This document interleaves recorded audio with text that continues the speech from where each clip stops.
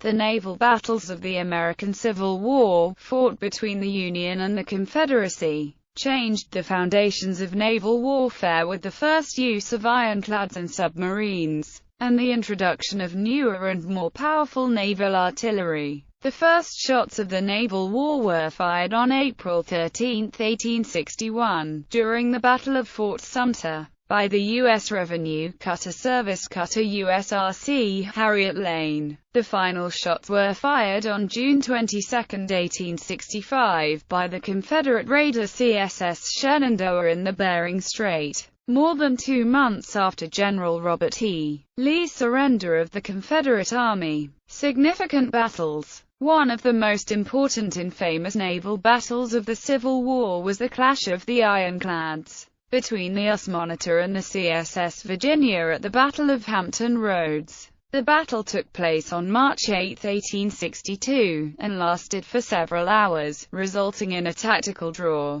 These revolutionary new warships were protected by the thick armor plating that gives them the name ironclad, which prevented any lasting damage to either ship. A second great naval battle occurred at Charleston, South Carolina, in 1863. In this battle, called the First Battle of Charleston Harbor, the Union sent Admiral DuPont with 9 ironclads to attack Charleston. When given the news, the admiral did not expect to be victorious. He would have to steer his ships upriver to the fort and attack it from a standstill, giving the Confederates a valuable edge. The Union naval force was forced to retreat within 2 hours to prevent too many casualties in a single battle, which would irreparably cripple the Navy. Because of this failure, the Union would be blockaded for 2 more years, and the Confederacy was able to set up several more forts along the coast of South Carolina. The Battle of Cherbourg was an intense naval battle that ended in the sinking of the CSS Alabama, one of the best Confederate ships in the fleet,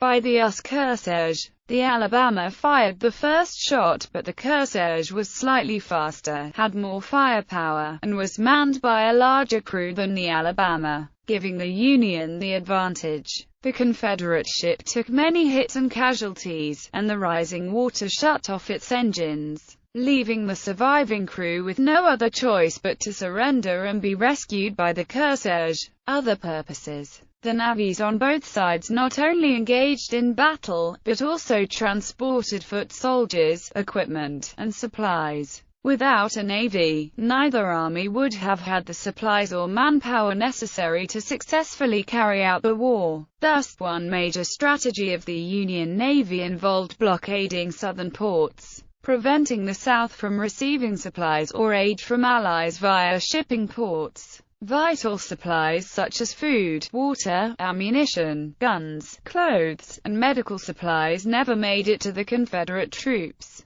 The South retained a sufficient amount of resources to withstand the blockade for an extended period of time, causing the war to last longer than expected. However, the blockade continued to prevent the Confederate troops from replenishing their supplies, which in part led to their eventual surrender. Naval ships on both sides also served as much-needed floating hospitals, housing and treating soldiers who had been injured in battles.